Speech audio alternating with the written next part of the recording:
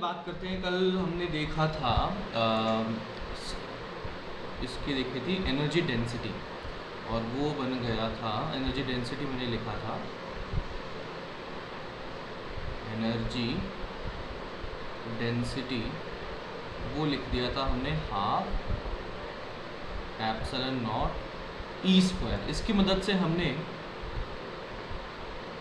होलोस्फीयर से जो electric field थी, होलोस्फीयर की जो इलेक्ट्रिक फील्ड थी, इसके लिए हमने निकाली थी कितनी टोटल एनर्जी एसोसिएटेड है इसकी इलेक्ट्रिक फील्ड के साथ में।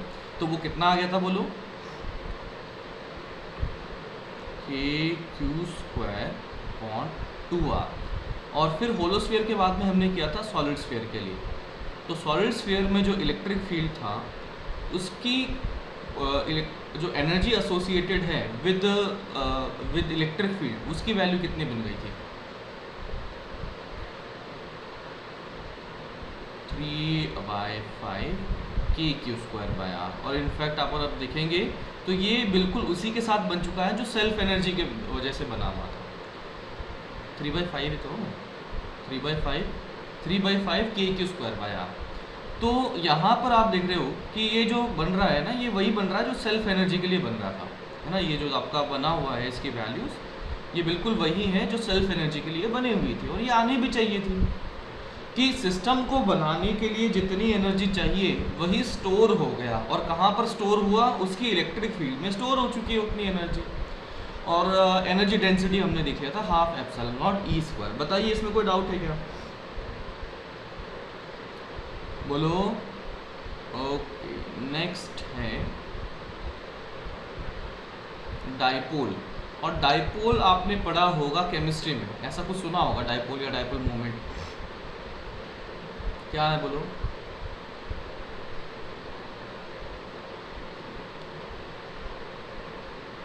ये होता है सिस्टम डिफरेंस इन इलेक्ट्रोनेगेटिविटी, नहीं, system of equal and opposite charges placed at very small separation. इनके बीच की दूरी बहुत बहुत कम है। तो है ना, वेरी पॉइंट चार्जेस है, opposite equal and opposite point charges. तो अभी आपने केमिस्ट्री में देखा होगा, जैसे कोई पोलर मॉलिक्यूल बताओ कौन होता है? शायद H2O पोलर मॉलिक्यूल है ना, HCl ले लेते हैं। तो ये ले लिया मैंने H और ये ले लिया Cl। तो यहाँ पर प्लस है, यहाँ पर माइनस है। तो यहाँ पर इस मॉलिक्यूल में क्या है? डाइपोल मोमेंट बन जाएगा। मुझे को पता है कि यार जितना पॉजिटिव यहाँ पर है उतना ही नेगेटिव यहाँ होने वाला है। और इनफैक्ट एक पार्शियल चार्ज भी यहाँ बनते हैं। ये तो शायद आयन बन जाते हैं, H और Cl तो आयन बन जाता है प्रॉपरली अलग अलग, है ना। एक ऐसा मॉलिक्यूल बताओ जो कि मतलब इलेक्ट्रोनेगेटिविटी ज़्यादा है, थोड़ा सा बॉन्डिंग में इलेक्ट्रॉन इधर का उधर हो गया लेकिन टूटा नहीं, आयनिक नहीं हुआ, पार्शियल चार्जेस जब आए। CH3Cl COOH। मेरे को टेस्ट कर रहा है तो एसिटिक एसिड लिख पाता है नहीं लिख पाता है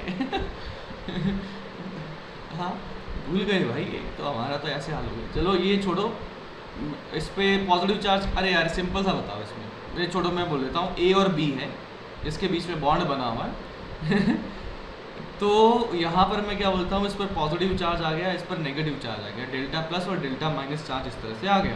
तो आप बोलते हो कि इसमें भी क्या है? डाइपोल मोमेंट बन जाता है। और डाइपोल मोमेंट की केमिस्ट्री में जो यूनिट यूज़ करते हैं वो यूज़ करते हैं डिबाई, है ना। वो लोग CGS का इस्तेमाल करते हैं, लेकिन अपन तो हमेशा स्टैंडर्ड यूज़ करेंगे, दैट इज़ SI यूनिट। और SI यूनिट में क्या हो जाएगा वो अभी आगे अपन देखते हैं। तो system of equal and opposite point charges placed at very small separation, तो अपने पास बन जाएगा एक डाइपोल।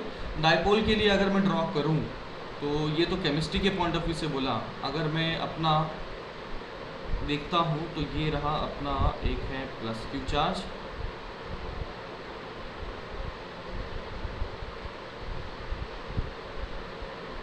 ये है माइनस Q चार्ज, और इनके बीच की सेपरेशन छोटी है। अब छोटी या बड़ी चीज़ क्या है? रिलेटिव होती है।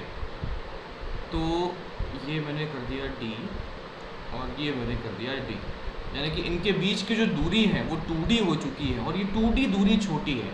अब छोटी बड़ी तो रिलेटिव चाहिए है, किसके रेस्पेक्ट में बात कर रहे होंगे?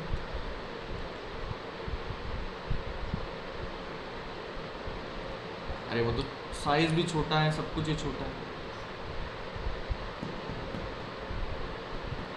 तो जो ये जो दूरी बात की जाती है d, हम देखते हैं, मान लीजिए इन दोनों चार्जेस की वजह से ये जो डायपोल बना है, इस डायपोल का यहाँ पर क्या प्रभाव पड़ा है, यानी कि इलेक्ट्रिक फील्ड कितनी है, पोटेंशियल कितना है। तो जो दूरियां देखी गई होंगी वो ज़्यादा होगी as compare to the separation between these two charges. समझे क्या बात को? और ये जो बना हुआ है इसी को हम बोलते हैं डायपोल, इसी को हम कहते हैं, ये जो बना हुआ है -q एंड +q, इसी को हम कहते हैं डायपोल। अब डायपोल जो है इसका एक और टर्म बनती है डायपोल मोमेंट। डायपोल मोमेंट जो लिखा जाता है उसको जनरली अपन P से इंडिकेट करते हैं और वो वेक्टर बनता है, और इसकी जो वैल्यू बन जाती है वो होती है चार्ज, कोई भी एक चार्ज का मैग्नीट्यूड उठा लो, इनटू सेपरेशन बिटवीन चार्जेस। तो यहाँ से मैं डायपोल मोमेंट लिखना चाहूँ तो मेरे पास आ जाएगा चार्ज का मैग्नीट्यूड इतना, और सेपरेशन बिटवीन चार्जेस कितना हो गया, वो 2d हो चुका है। नाउ द क्वेश्चन इज कि सर ये डायपोल है, इसकी वेक्टर बना तो इसकी डायरेक्शन भी होगी, तो डायरेक्शन हम लिखते हैं नेगेटिव से पॉजिटिव चार्ज की तरफ, नेगेटिव से पॉजिटिव चार्ज की तरफ। ध्यान दीजिएगा। तो Q, ये जो डायपोल मोमेंट बना हुआ है इसकी यूनिट जो बनी वो तो है कूलाम, और 2d यानी कि सेपरेशन, तो ये मीटर में होगा, तो इसकी जो यूनिट बनेगी वो क्या होगी, कूलाम मीटर बनेगी। ठीक है। और अपनी केमिस्ट्री में क्या यूज़ करते हैं, डिबाई यूज़ करते हैं, तो वो क्या होती है, CGS unit. CGS unit is debye, है ना, केमिस्ट्री में यूज़ करते हैं। मतलब अपन भी कर सकते हैं लेकिन अपन ऐसा ही उसके साथ काम, केमिस्ट्री में दिखेगा आपको ज़्यादा ही। तो CGS यूनिट इसकी कितनी आ गई है, डिबाई आ चुकी है, डायरेक्शन बन चुकी है नेगेटिव से पॉजिटिव। तो अगर मैं इस डायपोल को ड्रॉ करना चाहता हूँ, है ना, अब डायपोल मोमेंट को ड्रॉ करना चाहता हूँ, तो क्या किया जाएगा, हम लेंगे ये जो सेंट्रल पॉइंट है, ये मैंने पॉइंट लिया, ये मैंने पॉइंट लिया, ये लाइन यहाँ पर ड्रॉ कर दी, ये लाइन यहाँ पर ड्रॉ कर दी, और इस सेंट्रल पॉइंट से, इस सेंट्रल पॉइंट से, ये सेंट्रल पॉइंट पहचान लिया। अब हम कहाँ करेंगे, नेगेटिव चार्ज से पॉजिटिव चार्ज की तरफ इसको ड्रॉ करना है। तो नेगेटिव चार्ज मैंने दिखा तो कहाँ है, राइट में है, पॉजिटिव चार्ज कहाँ है, लेफ्ट में है। तो इसका जो डायपोल मोमेंट बनाया जाएगा सेंटर से ऐसे बनाया जाएगा, इस तरह से बनाया जाएगा। ठीक है, इस तरीके से बनाया गया, और ये बन चुका है हमारा डायपोल मोमेंट P। ये बन चुका है हमारा डायपोल मोमेंट P। बोलो कोई डाउट है क्या? तो नोट कर लीजिए डायपोल को।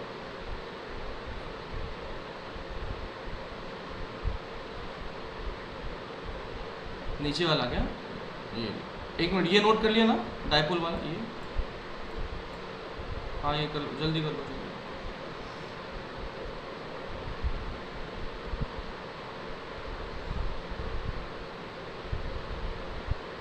हो गया ये डन, ये लिख लिया, नीचे पे जाऊँ, ये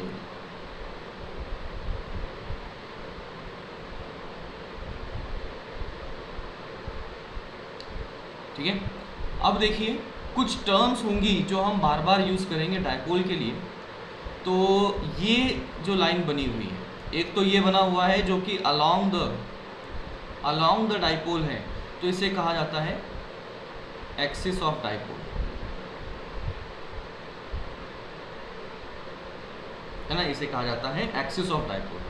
एंड इसे कहा जाता है जो परपेंडिकुलर है, सेंट्रल पॉइंट से जा रहा है, इसे कहा जाता है इक्विटोरियल एक्सिस, इक्विटोरियल एक्सिस। तो अपने पास ये पॉजिटिव और नेगेटिव चार्ज के अलोंग जो एक्सिस बना हुआ है उसे कहा जाता है एक्सिस ऑफ डायपोल। एंड यहाँ ये जो परपेंडिकुलर वाला बना हुआ है that is equatorial axis. Now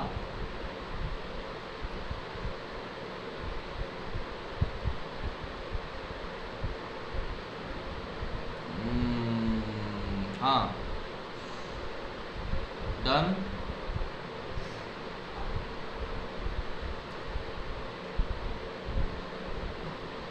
अगर पॉइंट चार्जेस ना हो, if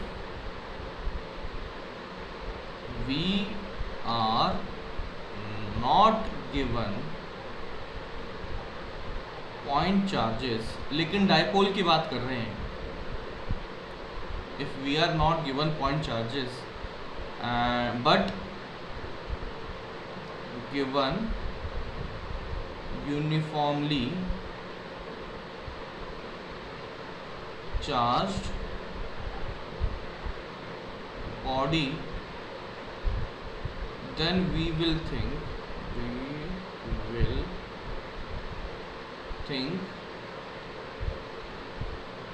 in terms of center of charge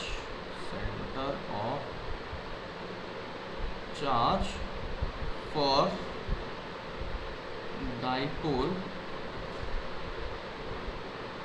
moment calculation. इसका मतलब आप समझते हैं, पॉइंट चार्ज नहीं दिया हमें, है ना। पॉइंट चार्ज के जरिए मुझे पता है Q इंटू 2D कर देंगे तो अपनी डायपोल मोमेंट आ जाएगा, लेकिन हमें क्या दे दिया इस बार, यूनिफॉर्मली चार्ज बॉडी दे दिया, है ना, यूनिफॉर्मली चार्ज बॉडी दे दिया। तो अभी हमें देखना है कि इसका डायपोल मोमेंट निकाला जाए तो कैसे निकाला जाए, तो हम सोचेंगे सेंटर ऑफ चार्ज के बारे में। तो सेंटर ऑफ चार्ज का मतलब वही समझो जो सेंटर ऑफ मास का समझते थे। सेंटर ऑफ मास में हम क्या निकालते थे कि पूरा बॉडी का एक पॉइंट जहाँ पर कि पूरा मास सिचुएटेड माना जा सकता है, तो उसी तरह से सेंटर ऑफ चार्ज भी हमारे पास वो बन जाएगा। नाउ अभी आपके दिमाग में ये डाउट आ जाना चाहिए था कि सर डायपोल मोमेंट के लिए तो हम सेंटर ऑफ चार्ज यूज़ करते हैं, तो क्या कहीं और पर भी सेंटर ऑफ चार्ज यूज़ कर सकते हैं क्या? तो इस चीज़ को सॉल्व करेंगे एक सवाल की मदद से, और उस टाइम पर मैं एक्सप्लेन करूँगा। तो अभी एक सवाल करते हैं, एंड बड़ा सिंपल सा सवाल है, ये तो हो जाएगा आप लोगों से। ये है Q, ये है -2Q, और यहाँ पर है Q। ये सभी तीनों जो चार्जेस हैं वो रखे गए हैं इक्विलेटरल ट्राइंगल के कॉर्नर्स पर रखे गए हैं, और साइड लेंथ है a। पूछा गया है डायपोल मोमेंट बताइए, डायपोल मोमेंट नेट कितना बनाओ, QD इंटू, बिल्कुल सही। तो इसे देख सकते हैं,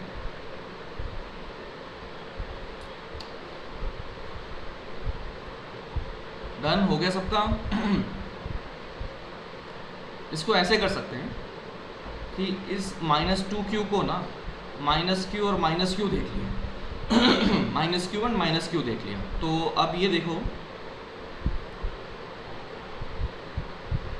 ये बन चुका है +Q एंड -Q, और इन दोनों को मिला के देखा जाए तो +Q एंड -Q। तो आपके दिमाग में आ रहा होगा हम ये कर ही क्यों रहे हैं। तो एक बार ये सोचो कि हमारे पास में क्या होता है, इक्वल एंड ऑपोजिट चार्जेस जब बनते हैं, इक्वल एंड ऑपोजिट चार्जेस जब होते हैं तो अब उससे डायपोल कहा जाएगा, उसकी मदद से बने हुए सिस्टम को डायपोल कह सकते हैं। नाउ मैं इसे देखता हूँ, इसे Q, और यहाँ कौन था -2Q, तो ये इक्वल एंड ऑपोजिट तो नहीं है। यहाँ पर Q और यहाँ पर भी -2Q, तो अगेन ये इक्वल एंड ऑपोजिट तो नहीं है। तो मैं क्या कह सकता हूँ, -2Q को -Q और -Q के दो पार्ट में अगर ब्रेक करता हूँ, इमेजिन कर लूँ, तो ये Q और ये Q इक्वल एंड ऑपोजिट है, डायपोल बन सकता है। ये Q एंड ये -Q, ये अभी क्या है, इक्वल एंड ऑपोजिट है और डायपोल बन सकता है। तो पहली बात तो मैं अगर इसका डायपोल मोमेंट लिखना चाहूँ तो कितना लिखा जाएगा, अगर ये लिखा जाएगा तो ये P लिखा जाएगा। इसका डायपोल मोमेंट बोलो क्या लिखा जाएगा, ये भी P लिखा जाएगा, क्योंकि दोनों का मैग्नीट्यूड अगर लिखा जाए तो वो है Q इंटू A। यहाँ पर भी P की वैल्यू कितनी आ गई, Q इंटू A आ गई। दोनों के बीच का एंगल, इन दोनों डायपोल मोमेंट के बीच का एंगल 60 डिग्री। तो रिजल्टेंट कितना बनेगा, वो बनेगा √P² + P² + 2PP cos 60। तो P² + P² plus 2PP cos 60, तो ये आ गया √3P और ये आ चुका है √3P इज Q इंटू ए।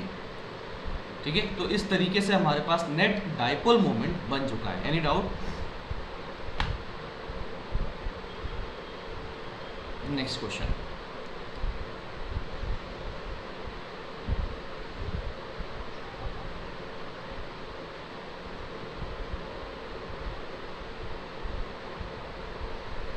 मतलब माइनस क्यू का माइनस क्यू पर प्रभाव पड़ेगा नहीं पड़ेगा, यही? इसको नंबर 1 बोल दिया, हाँ, इसको नंबर 2 बोल दिया, इसको 3 बोल दिया, इसको 4 बोल दिया। बोल पड़ेगा ना, पड़ेगा ना, पड़ेगा ना। अरे देख, अपने को तो ये -2Q था ना, तो मेरे को क्या कर दिया, मैंने इसको इमेजिन कर लिया ब्रेक करते हुए -Q और -Q। अभी इस -Q को ये टुकड़े किए हैं, मतलब ये इमेजिन ज़रूर किया है, लेकिन ऐसा तो नहीं ना काट पीट दिया, जो था वैसा का वैसा ही है। और डाइपोल मोमेंट स्ट्रेंथ मुझे निकालना था कि कितना बना हुआ है, तो बस मैंने इस थोड़े से इमेजिनेशन की मदद से इक्वल एंड ऑपोजिट चार्जेस देख लिए और बना दिए।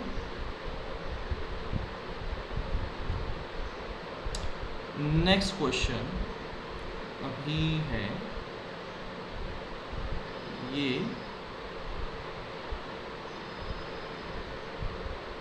आपको दे दिया गया है इस तरह की एक बॉल, ठीक है। यहाँ पर कोई मान लीजिए नेगेटिव चार्ज हमने दे दिया, इस पर यूनिफॉर्म नेगेटिव चार्ज, और इस पर हमने कुछ यूनिफॉर्म पॉजिटिव चार्ज दे दिया, ठीक है। इसकी चार्ज पर यूनिट लेंथ को मैंने λ1 कह दिया, इसकी चार्ज पर यूनिट लेंथ को मैंने -λ2 कह दिया, नेगेटिव है तो -λ2 कुछ कह दिया। अभी दिया गया है कि if given system behaves as a dipole, then find relation between λ1 and -λ2, ठीक है। λ1 एंड -λ2, ध्यान दीजिएगा ये क्या है, एक वायर है और यहाँ पर ये सेमी सर्कुलर है और इसके रेडियस हमने दे दिया r। तो इसका बताइए पहले तो क्या आंसर बनेगा।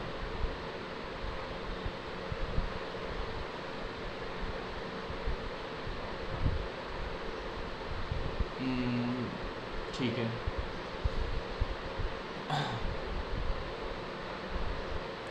देखो क्या कर सकते हैं इसमें क्या कर सकते हैं कि ये डाइपोल बनना है, तो डाइपोल में मैं बोल सकता हूँ जितना पॉजिटिव चार्ज होना चाहिए उतना ही नेगेटिव चार्ज बनना चाहिए।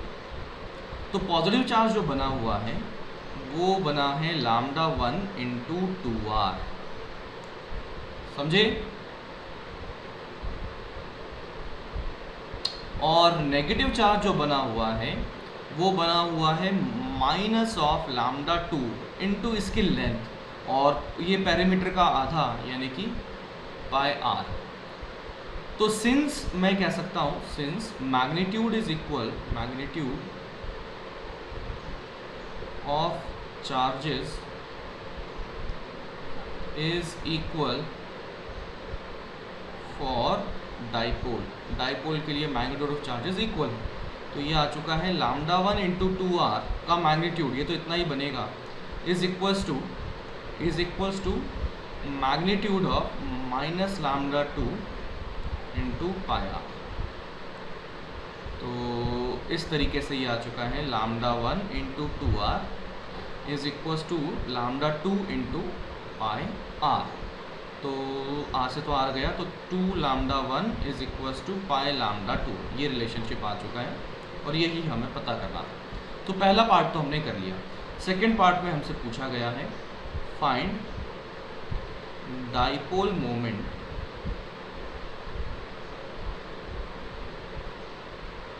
ऑफ सिस्टम, कितना बना।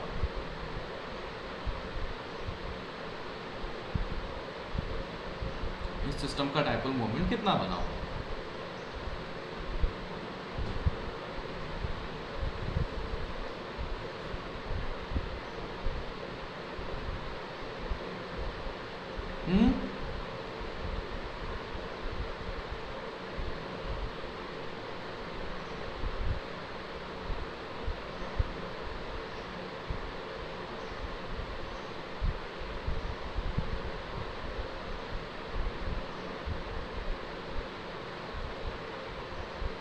क्या किया बच्चा आपने?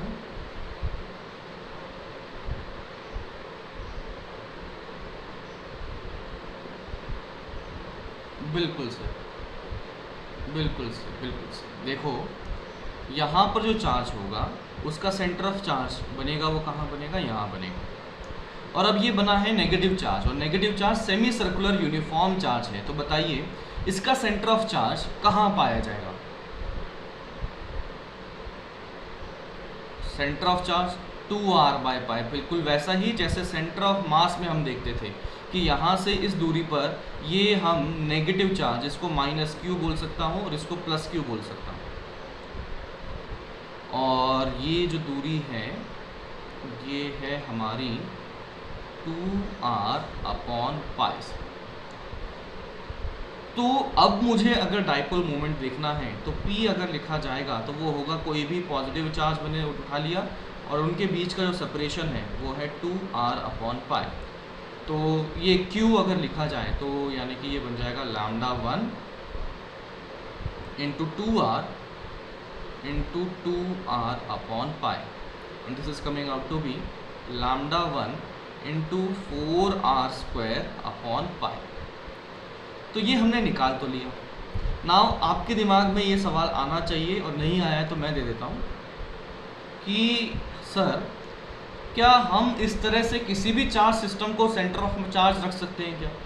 और अगर सेंटर ऑफ चार्ज पर रख सकते हैं तो क्या इसकी वजह से इलेक्ट्रिक फील्ड निकाल सकते हैं क्या? क्या इसकी वजह से सेंटर ऑफ इस पूरी लाइन का मैं पोटेंशियल निकाल सकता हूँ क्या? मान लो मैं यहाँ पर बोलता हूँ इस पर पोटेंशियल निकालने के लिए, तो क्या पूरे इस लाइन चार्ज को यहाँ इमेजिन करके क्या मैं पूरी लाइन चार्ज की वजह से यहाँ पोटेंशियल निकाल सकता हूँ क्या, जैसे पोटेंशियल इस पॉइंट का था?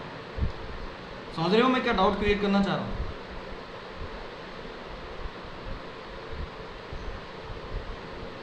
अरे बोलो भाई, अरे भाई डाउट ही समझ में नहीं आ रहा क्या?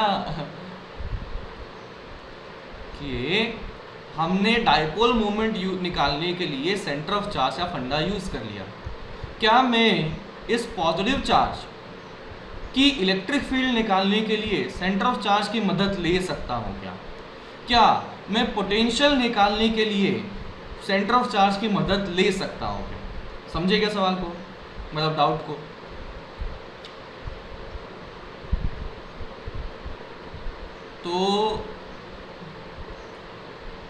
तो फिर हम सेंटर ऑफ चार्ज का फंडा डाइपोल के लिए कैसे यूज़ कर रहे हैं? मतलब ऐसा क्यों हो रहा है कि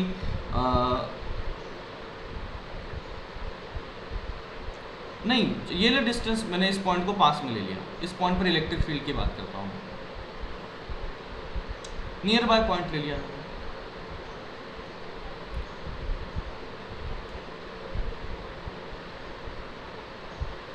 ठीक है, okay, very good. What's your name? Atharva.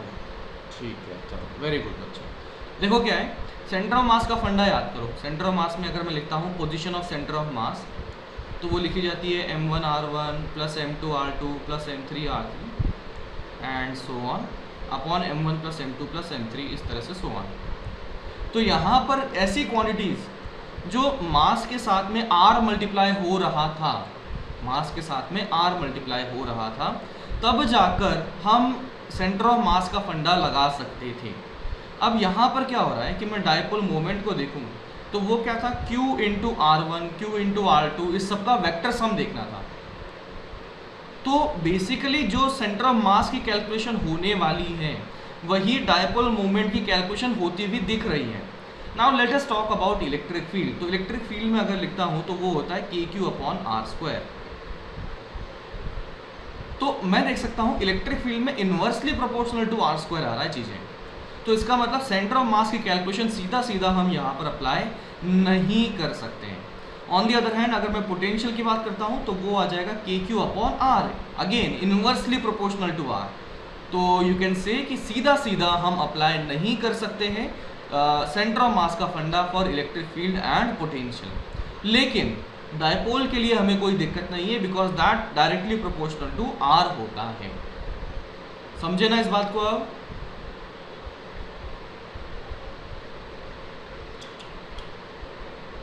हे भगवान, क्या मर जाते हो क्या यार तुम लोग। एक तो डाउट भी मैं खुद ही बताऊं, मतलब उतना भी तुम्हारी जहमत नहीं होती कि ये सोचो डाउट है और उसके बाद डाउट भी मैं ही क्लियर करूं, उसके बाद भी चुपचाप ही बैठे रहो।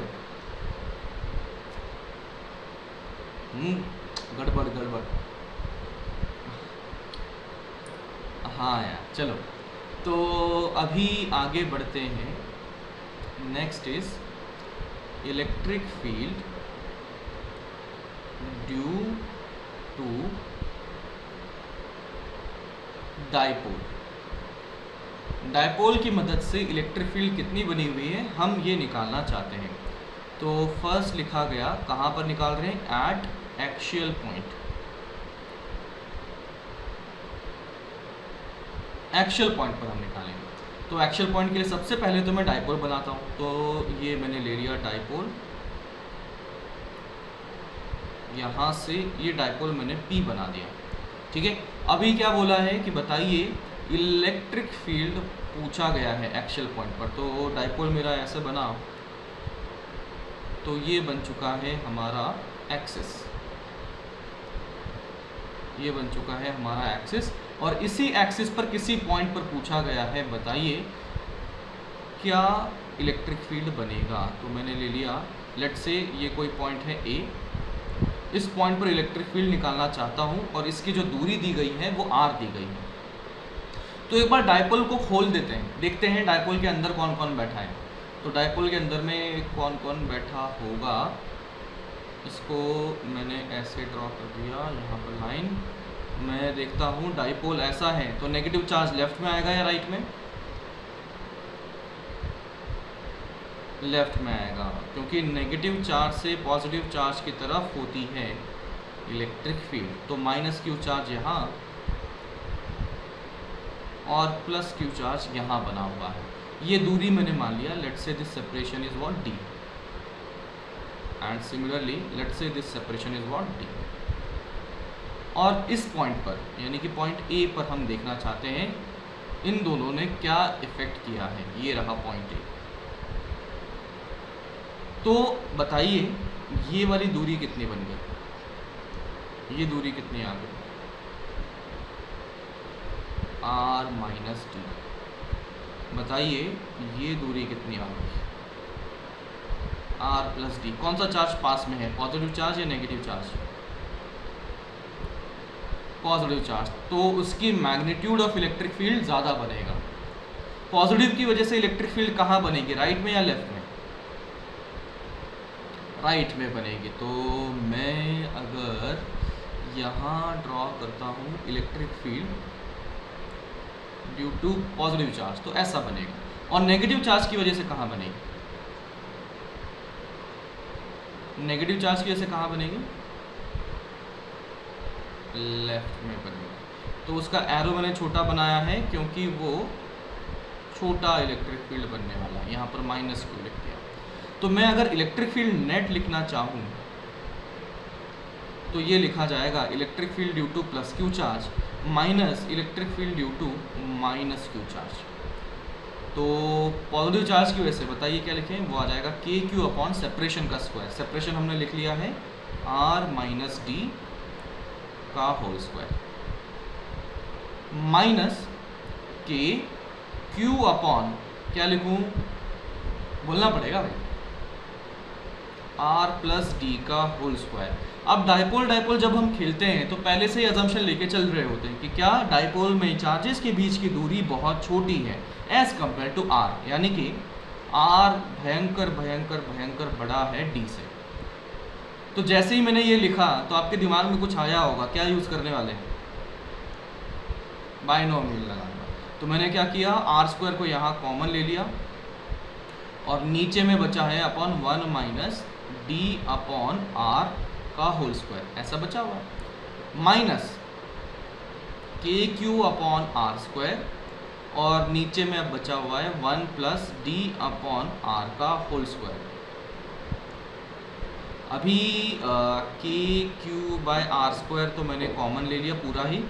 अभी ये क्या बन चुका है, ये बन गया 1 माइनस डी बाय आर की power -2 minus 1 plus d by r की पावर -2। देख लो कहीं दर्द हो रहा है क्या, खड़े होके चेक कर लो। समझ में आ रहा है ना सब कुछ? अरे यार, तो हाँ बोलो बोलो, कुछ बोलो।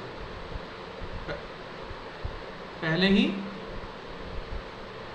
अरे नेगलेक्ट कर दिया तो फिर ये तो कैलकुलेशन ही खत्म हो जाएगी ना, 0 माइनस 0 हो जाएगा, मतलब सेम माइनस सेम हो जाएगा, तो 0 ही हो जाएगा। अरे तो कुछ तो है भगवान। समझा मेरी बात को? मैंने पहले नेगलेक्ट कर दिया ना, तो के क्यू बाय आर स्क्वायर हो जाएगा। तो ये बना है, ये कितना बन जाएगा, ये अगर छोटा छोटा है तो 1 माइनस, और माइनस पहले ही था, तो ये कितना आ जाएगा -2d by r minus 1 plus -2 d by r. अब यहाँ पर अगर दिक्कत हो रही है तो मैंने क्या यूज़ किया है, वो यूज़ किया है 1 प्लस एक्स की power n is approximately equal to 1 plus n x. कब? जब x इज बहुत बहुत छोटा हो 1 से। अरे अरे इधर आवाज आ रही है तेरी। तो यहां से के क्यू बाय आर स्क्वायर ये बन चुका है 1 प्लस 2d बाय आर,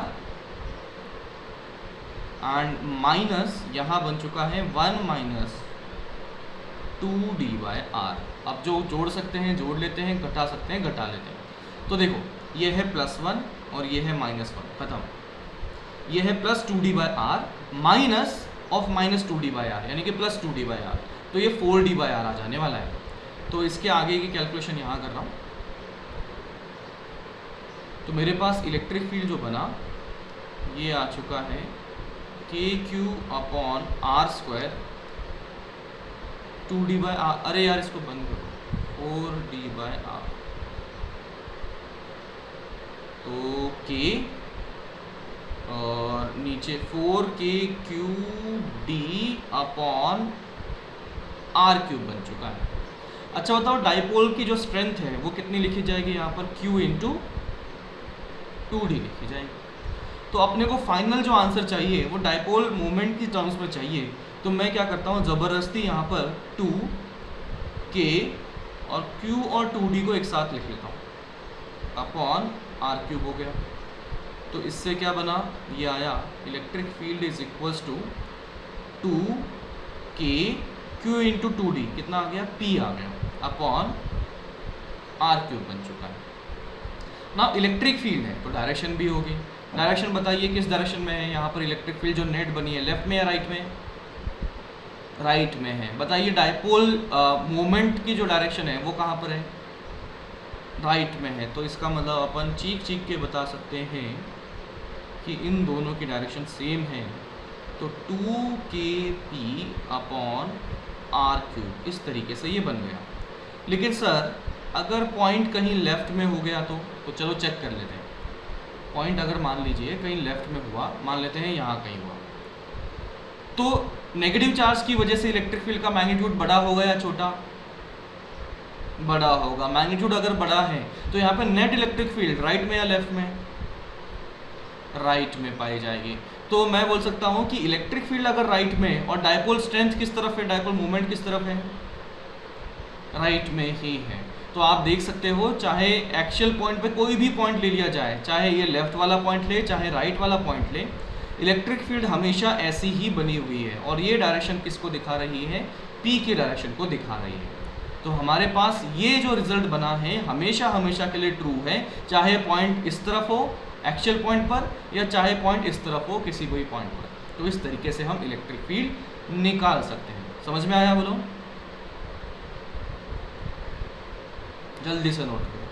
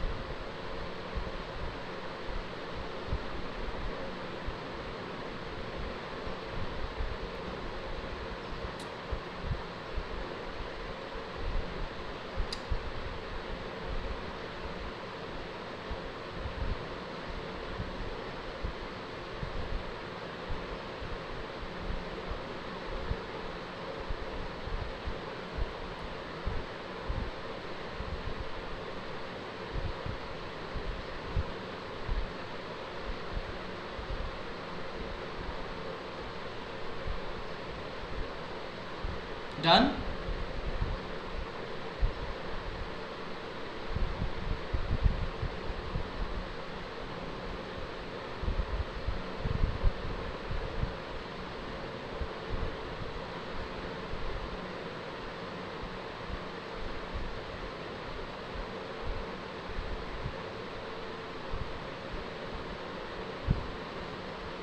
लीजिए, अब नेक्स्ट एक्शियल पॉइंट तो हमने देख लिया, सेकंड हम देखते हैं इक्विटोरियल पॉइंट। इक्विटोरियल पॉइंट की कैलकुलेशंस आप करेंगे, मैं बता देता हूँ क्या क्या आपको दिया गया है। ये रहा ये एक्शियल पॉइंट, ये रहा एक्सिस। एक्सिस में हमने बना दिया डाइपोल, तो ये बना हुआ है ऐसे डाइपोल, ये है P। और इक्विटोरियल पॉइंट, इसका मतलब ये यहाँ ऊपर कहीं बनेगा। अब ये पॉइंट मैंने मान लिया है A, और इसके बीच की जो दूरी लिख दिया, ये जो दूरी मैंने दे दिया वो है स्मॉल r। ठीक है, अब ध्यान देना, ये जो स्मॉल r है ना, वो भले ही यहाँ पर डायग्राम में छोटा दिख रहा हो, लेकिन वो है बड़ा। किसके कंपैरिजन में? डायपोल के लेंथ के कंपैरिजन में। ठीक है, और अगर इस डायपोल को आप खोल देते हैं, तो डायपोल को अगर खोलें तो यू कैन सी कि यहाँ कुछ होगा negative charge, minus q charge,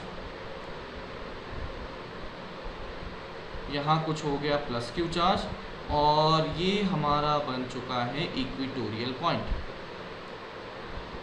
ये हमारा बन चुका है इक्विटोरियल पॉइंट। एंड इस पॉइंट को हमने कहा A, और ये जो दूरी दी गई है इसे हमने कह दिया R। अगेन इसे मान लेते हैं D, एंड इस दूरी को हम ले लेते हैं D। इक्विटोरियल पॉइंट मैंने आपको दे दिया है ना। ये किसके लिए बात कर रहे हैं? इक्विटोरियल पॉइंट के लिए। इक्विटोरियल पॉइंट के लिए इलेक्ट्रिक फील्ड, पहले हमने एक्शियल देख लिया, अब इक्विटोरियल देख रहे हैं। तो आगे अपना काम है, आप शुरू कर दीजिए और बताइए electric field at point A क्या बनने वाली है। ठीक है, डायग्राम मैंने आपको बता दिया है। Now go ahead and solve it out कि यार इलेक्ट्रिक फील्ड कितनी बनेगी।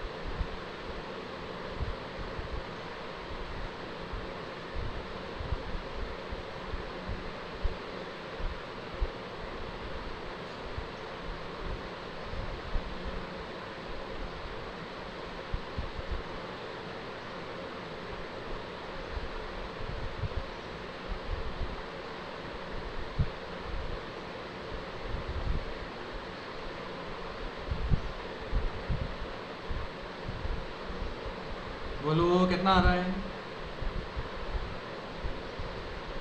करेक्ट। और डायरेक्शन के साथ देखो तो minus k P bye are cube आ रहा है। तो चलिए मैं बताता हूँ क्या हुआ कि अब हमें देखना है इलेक्ट्रिक फील्ड देखना है। तो इलेक्ट्रिक फील्ड देखना है तो माइनस क्यू और प्लस क्यू की दूरी देखते हैं। तो दूरी कितनी आ जाएगी? Under root of r square plus d square. Point a की क्यू से दूरी, पॉइंट ए की माइनस क्यू से दूरी सेम बनेगा। और अगर माइनस क्यू की वजह से इलेक्ट्रिक फील्ड अगर देखता हूँ तो टुवर्ड्स द चार्ज बनेगा, ऐसे कुछ बनेगा। और प्लस क्यू की वजह से अगर इलेक्ट्रिक फील्ड देखता हूँ तो अवे फ्रॉम द चार्ज, यानी कि इस लाइन से अवे फ्रॉम द चार्ज बनेगा। दोनों की दूरियां सेम, दोनों के चार्जेस का मैग्नीट्यूड सेम, तो इलेक्ट्रिक फील्ड का मैग्नीट्यूड भी सेम बोल सकते हैं एकदम छाती ठोक कर। समझ में आया क्या? तो अभी मैं देखता हूँ कि ये इलेक्ट्रिक फील्ड जो बनेगी, ये एंगल भी थीटा बनेगा, ये एंगल भी थीटा बनेगा। एंड वन मोर थिंग, इसके इलेक्ट्रिक फील्ड के ऊपर यानी कि वाई एक्सिस के अलाउंग जो कंपोनेंट हैं वो ख़त्म हो जाएंगे, बचेगा सिर्फ कौन? माइनस एक्स वाला कंपोनेंट। तो यहाँ पर अगर मैं इलेक्ट्रिक फील्ड नेट लिखता हूँ तो वो सिर्फ बचेगा लेफ्ट वाले कंपोनेंट यानी कि ई कॉस थीटा प्लस ई कॉस थीटा, और ये आ चुका है ई की वैल्यू लिखा जाएगा के क्यू अपॉन दूरी का स्क्वायर, दूरी है root over d square plus r square, ये तो दूरी हुआ, उसका स्क्वायर करना है। तो 2 E cos theta, cos theta बताओ क्या लिखूं?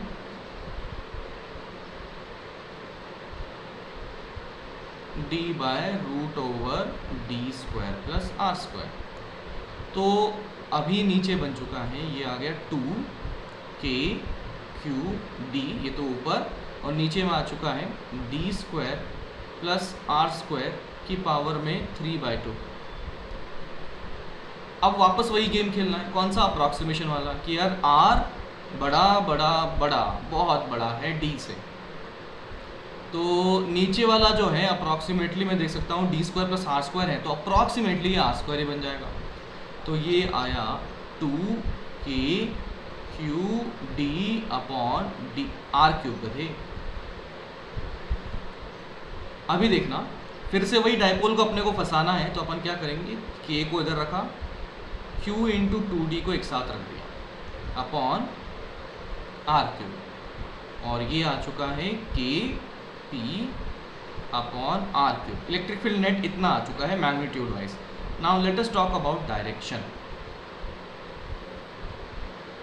डायपोल मोमेंट किधर बना था, लेफ्ट में या राइट में? बोलो, राइट में है, ये रहा डायपोल मोमेंट राइट में। इलेक्ट्रिक फील्ड नेट किधर आई? लेफ्ट में, यानी कि ऑपोजिट बनी हुई है। नाउ अब अगर इक्वेटोरियल पॉइंट मैंने ये चेक किया, अब यहाँ भी चेक कर लेते हैं। बताइए इस पॉइंट पर इलेक्ट्रिक फील्ड लेफ्ट में या राइट में?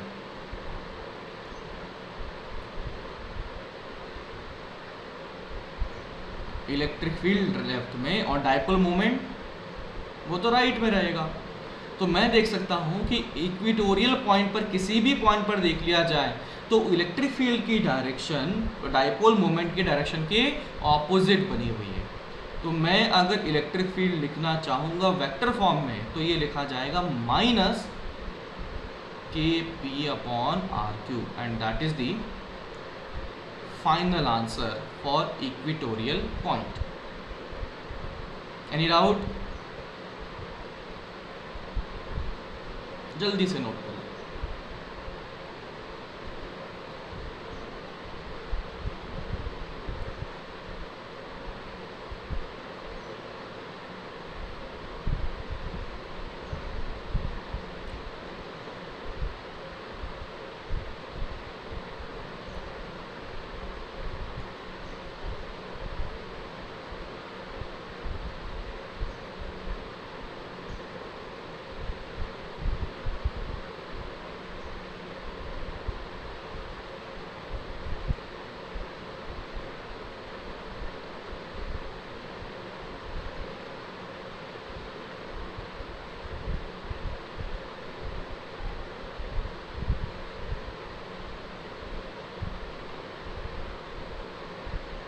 डन?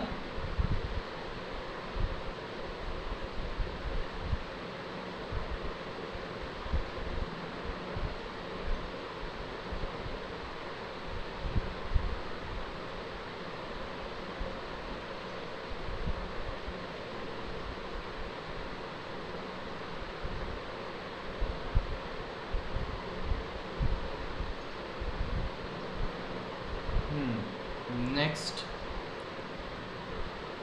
हमने इक्वेटोरियल पॉइंट देख लिया, हमने एक्चुअल पॉइंट देख लिया, लेकिन अब ऐसा तो है नहीं हमेशा या तो एक्सिस पर हो या इक्वेटोरियल पर हो, कोई ऐसा टेढ़ा मेढ़ा पॉइंट भी तो हो सकता है। तो हम देखना चाहते हैं कि अगर कोई टेढ़ा मेढ़ा पॉइंट है, यानी कि ये मेरे P दे दिया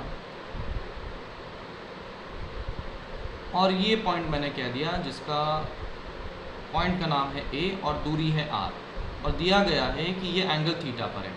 क्या ये एक एक्चुअल पॉइंट है? बिल्कुल नहीं। क्या ये इक्वेटोरियल पॉइंट है? Again no. तो हम देखना चाहते हैं पॉइंट A पर इलेक्ट्रिक फील्ड कितनी होगी, और जितना डायग्राम दिया है ना उससे आप 2-3 लाइन में आप निकाल सकते हैं इलेक्ट्रिक फील्ड कितनी बनने वाली है।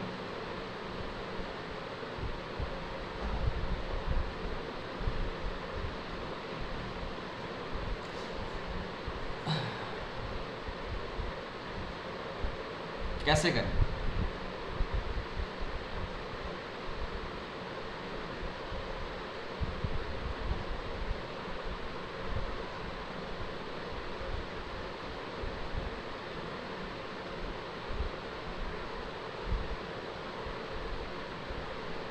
नहीं।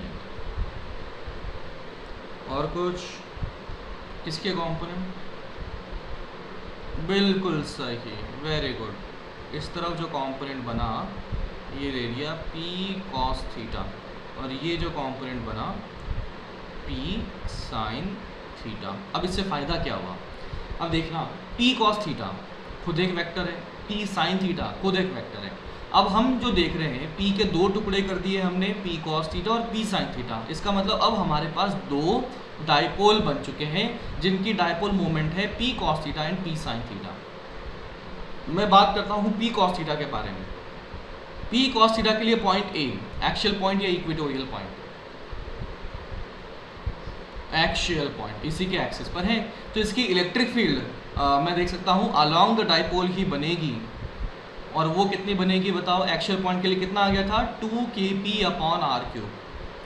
तो 2kp की जगह यूज करेंगे P cos theta upon r³। क्यों? क्योंकि यहाँ पर P cos थीटा ही है जिसकी वजह से इलेक्ट्रिक फील्ड यहाँ बनी हुई है। अब देखिए P cos थीटा की वजह से तो इलेक्ट्रिक फील्ड देख लिया, अब नंबर आता है P sin थीटा का।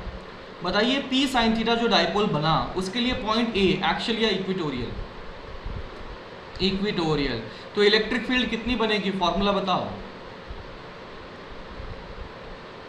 -kp/r³।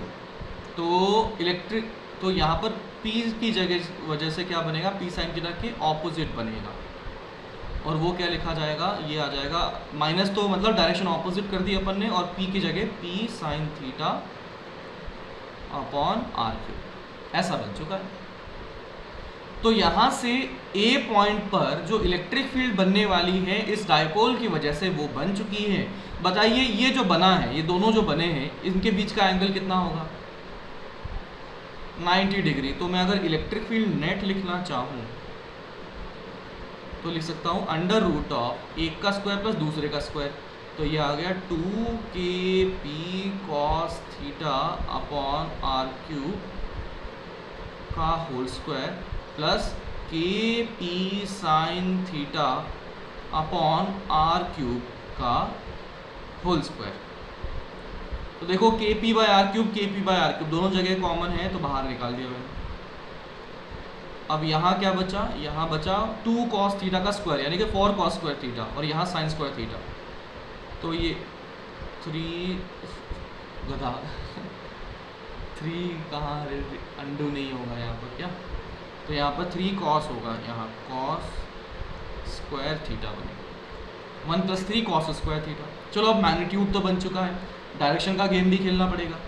तो बताइए डायरेक्शन कैसे बनेगी? तो मैं देखता हूँ इसकी डायरेक्शन जो बनेगी ये ऐसे कुछ बनेगी। लेट्स से ये एंगल मैंने अल्फ़ा कह दिया। बताइए tan अल्फ़ा क्या होगा?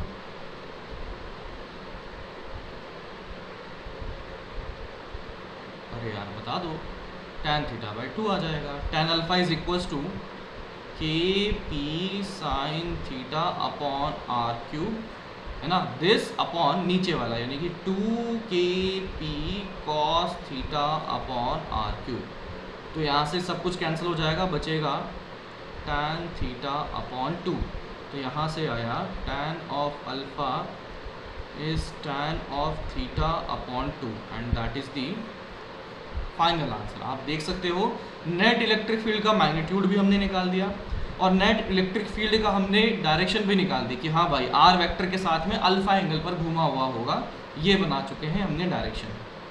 ठीक है, तो इस तरीके से फॉर अ जनरल पॉइंट हमने निकाल ली है इलेक्ट्रिक फील्ड की वैल्यू। Got it? जल्दी से नोट करें।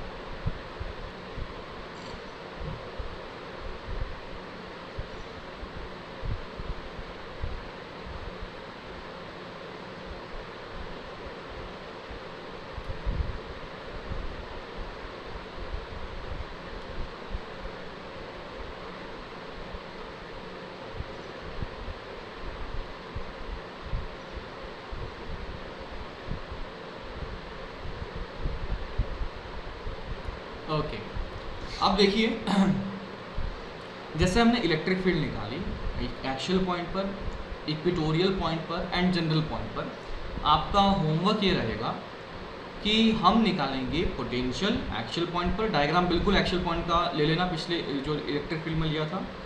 फिर इक्वेटोरियल पॉइंट पर पोटेंशियल निकाल लेना एंड फिर जनरल पॉइंट पर पोटेंशियल निकालने की कोशिश करना। ठीक है, तो ये आपका होमवर्क रहेगा आज का। एंड एक बार वापस से देख लेते हैं आज जो देखा है वो क्या क्या देखा है। अपन ने आज शुरू किया था किससे? डायपोल से देखा था। डायपोल में क्या होते हैं? Point charges equal and opposite लेकिन स्मॉल सेपरेशन पर रखे हों, तो इसे कहा जाता है डायपोल। डायपोल का ये वाला जो पॉइंट कहा जाएगा ये हो जाएगा एक्सियल पॉइंट कहा जाएगा, और ये this one would be equatorial point. Dipole movement अगर लिखे तो वो हो जाएगा charge into separation between them, और Q इंटू 2D बन चुका है। सेपरेशन हमने 2D लिया और 2D बन चुका है। डायरेक्शन जो लिखी जाएगी वो नेगेटिव चार्ज से पॉजिटिव चार्ज। और एक बात अगर मैं केमिस्ट्री में देखूं तो ये उल्टा होता है। जो डायरेक्शन ऑफ डायपोल मोमेंट लिखा जाता है वो पॉजिटिव से नेगेटिव लिखा जाता है, लेकिन डोंट वरी, हम इस नोटेशन को यूज़ करेंगे तो करेंगे, अपने को कुछ मतलब नहीं है केमिस्ट्री में क्या कर रहे हैं। बस वो कन्फ्यूज़न पहले से ही ख़त्म कर देता हूँ कि शायद केमिस्ट्री में जब आप पढ़ें तो आपको उल्टा दिखे तो सोचने लग जाओ कि कौन सा सही कौन सा गलत। दोनों सही है, दोनों अपने अपने कन्वेंशन यूज़ करते हैं और कोई लोड नहीं है। मतलब कन्वेंशन का फ़र्क है कि किसने कहाँ से कहाँ बोला, किसने कहाँ से कहाँ बोला। ठीक है, तो डायपोल मोमेंट में हमने डायरेक्शन बोल दी नेगेटिव से पॉजिटिव है। यूनिट हो गई कूलाम इंटू मीटर। फिर उसके बाद तो हमने इस तरह से इलेक्ट्रिक फील्ड निकाल ली। एक्चुअल पॉइंट पर कितनी आ गई बोलो? r³ और इक्वेटोरियल के लिए -kp/r³। एंड जनरल तो हम निकाल ही लेंगे इस तरीके से। ठीक है, रटने का मतलब ऐसे कोई ज़रूरत नहीं है ना, अपने को पता होना चाहिए निकालना कैसे। तो इस तरीके से अपन डायपोल की इलेक्ट्रिक फील्ड निकाल सकते हैं। Any doubt in today's lecture? Okay, perfect. तो चलिए आज की क्लास को अपन यहीं ख़त्म करते हैं। I will give you the homework in the announcement section, वहाँ पर जाके देख लीजिएगा, होमवर्क करते रहिएगा। एंड बस आज के लिए